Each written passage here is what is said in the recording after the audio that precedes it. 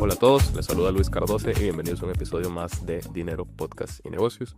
En esta ocasión está conmigo Brandon Flores, el periodista de la sección de negocios. ¿Cómo estás, Brandon? Hola Luis, muchas gracias por la invitación. También gracias a nuestra audiencia por sumarse a un nuevo episodio de nuestro podcast.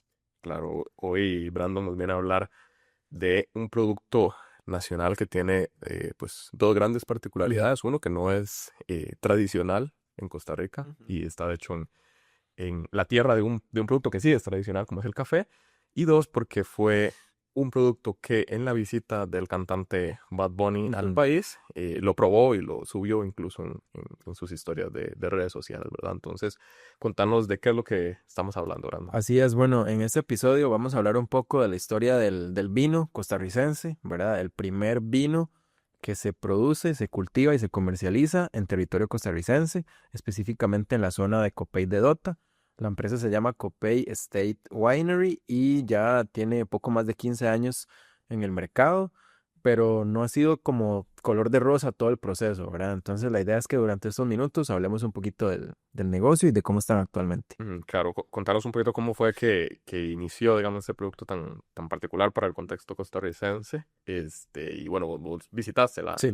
la fábrica, ¿verdad? Así es, tuvimos la oportunidad de ir al terreno, ¿verdad? A conocer cómo son los procesos y bueno, básicamente la historia del negocio se remonta a 2010, cuando una pareja, Nif Ben Yehuda y Karen Retana, pues tenía la idea de producir vino en Costa Rica, lo que para muchos puede sonar como una locura. Ellos lo vieron, tuvieron la idea en una zona que, bueno, estaba a poco más de 2.300 metros de altura y como vos decías al inicio, es conocida por sus plantaciones de café. Entonces, bueno, en 2010 ellos inician explorando una fase muy superficial, digámoslo así, y hasta 2015 empiezan a cosechar los primeros frutos, la uva, ¿verdad?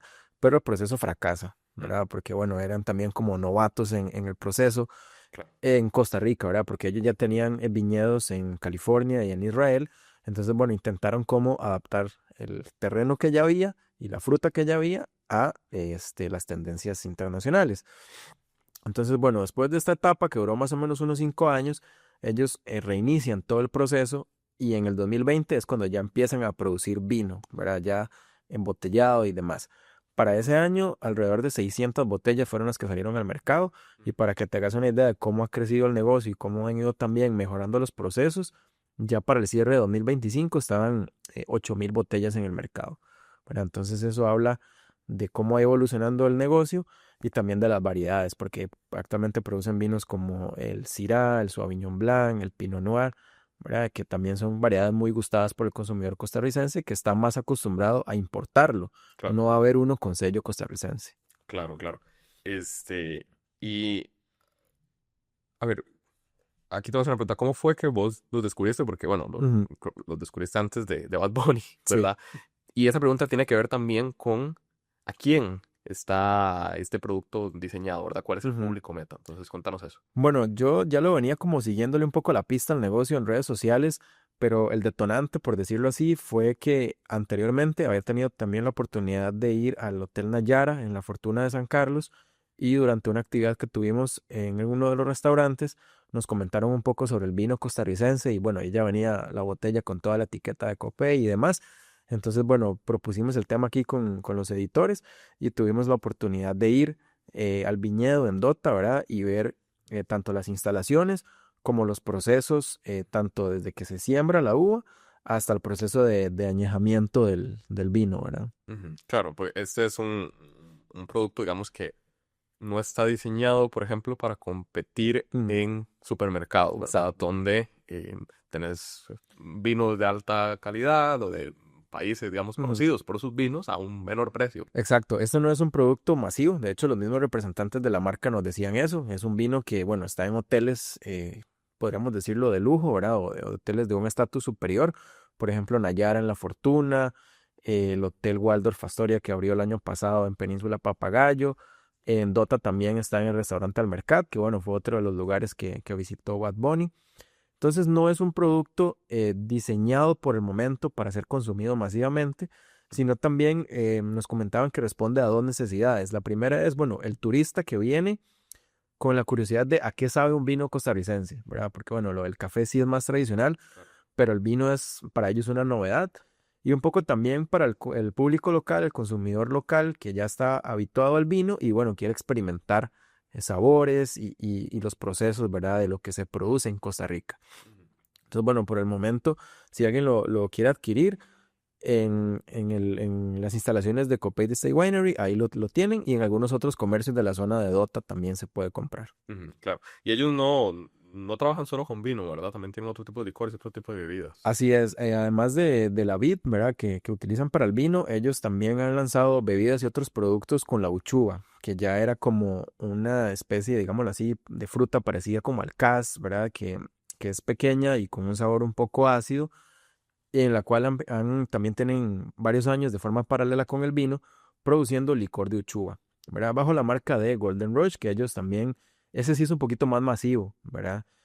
Y no solo tienen el licor, también tienen bebidas sin azúcar, tienen uchuva deshidratada. Entonces es como otra línea de negocio que han ido expandiendo de manera paralela al vino, ¿verdad? Nosotros también pudimos hacer la degustación del licor de uchuva y bueno, es un poco dulce para mi gusto, pero según los expertos es más combinable, ¿verdad? Para hacer algunos cócteles y otro tipo de bebidas. Claro. Volviendo al tema del vino, ¿verdad? Ellos, bueno, los propietarios tenían experiencia, ¿verdad? Como decías en otras Sí. zonas, por ejemplo, de California es un lugar que sí, también suele ser Ujú. relativamente famoso, ¿verdad? Por el vino. No sé si te comentaron también cuáles son algunos de los, digamos, de los retos o las dificultades que encontraron Ujú. tratando de producir un vino en un país que no es su fuerte, digamos. Bueno, obviamente es un proceso nuevo, ¿verdad? Cuando vos llegas a producir algo que quizás el terreno no está diseñado para eso, es algo que toma tiempo. Entonces ellos reconocieron que sí, que al inicio fue como retador el tiempo, ¿verdad? Que al ser Costa Rica un país que no tiene estaciones marcadas del año, como en otras latitudes, pues digamos que la cosecha de la uva varía un poco, porque hay otros mercados que producen vino que ya uno sabe en qué estación específica del año se da la siembra, se da la vendimia, ¿verdad? Entonces aquí parte de los retos fue, bueno, adaptar el cultivo al clima. Entonces, bueno, para ello tuvieron que hacer también como invernaderos, de manera que la cantidad de luz que recibe la planta, la cantidad de agua también, el tema de las plagas, que fue otro reto importante, poder controlarlo para que la uva creciera sana.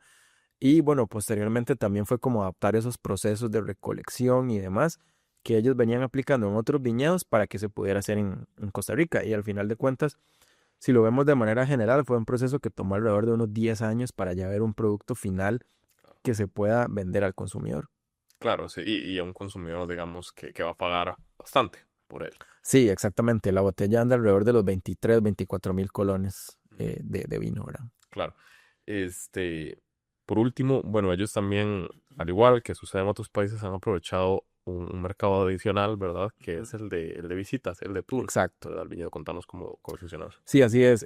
Bueno, en redes sociales, no sé si tal vez han tenido la oportunidad de verlo, pero ahí se anuncian los tours, ¿verdad? En este momento ellos tienen 2 tours al día, a las 9 y a las 11 de la mañana. Dura aproximadamente 2 horas, en la cual la primera parte es dedicada a la explicación de los cultivos, ¿verdad? Las fases de la uva, qué tipo de uva es la que se requiere para el vino, que es diferente a la uva que normalmente comemos Claro. en la mesa, ¿verdad? O en Año Nuevo, por ejemplo. Y la segunda parte del tour es ya la parte de la cata, ¿verdad? Donde le pueden explicar a la gente, bueno, qué tipo de vino es, cuáles son los tonos que tiene el vino, ¿verdad? Porque a veces es más fácil distinguir ciertos olores dependiendo también del añejamiento del vino, su temperatura, cambia el color también. Entonces, bueno, eso es como una pequeña clase de vinos para los que están aprendiendo de cero o también para los que tienen ya algún conocimiento previo que puedan aprovechar para hacer preguntas y emplear sus conocimientos. Entonces, bueno, la degustación también incluye los maridajes, ¿verdad? Que eso es como, bueno, con qué alimento combina mejor cada vino. Entonces, al final es una experiencia que está abierta al público todos los días y también durante esta visita nos comentaron que el plan de los propietarios es desarrollar un restaurante ahí mismo en la zona para que una vez que termine el tour, entonces las personas puedan pues comerse algo ahí en el mismo lugar y pues degustar el vino o llevárselo para sus casas o familiares que tengan fuera del país, etcétera, ¿verdad? Ok, claro, perfecto. Muchas gracias, Brandon, por esta explicación. Igual invito a la audiencia a que vaya a buscar el reportaje de Brandon en elfinancierocr.com en la sección de negocios. Así es, ahí en el reportaje explicamos más a detalle cómo es el proceso, ¿verdad? Desde que se siembra la uva hasta que ya se recolecta, se produce el vino, se añeja y también el licor de Uchua, ¿verdad? Entonces ahí los invito también a que revisen el reportaje y aprendan un poco más del vino, que es un tema que ha tomado relevancia e interés en los últimos años. Claro, perfecto, Brandon. Muchas gracias por acompañarme en este episodio y muchas gracias a la audiencia también. Nos vemos en la próxima ocasión.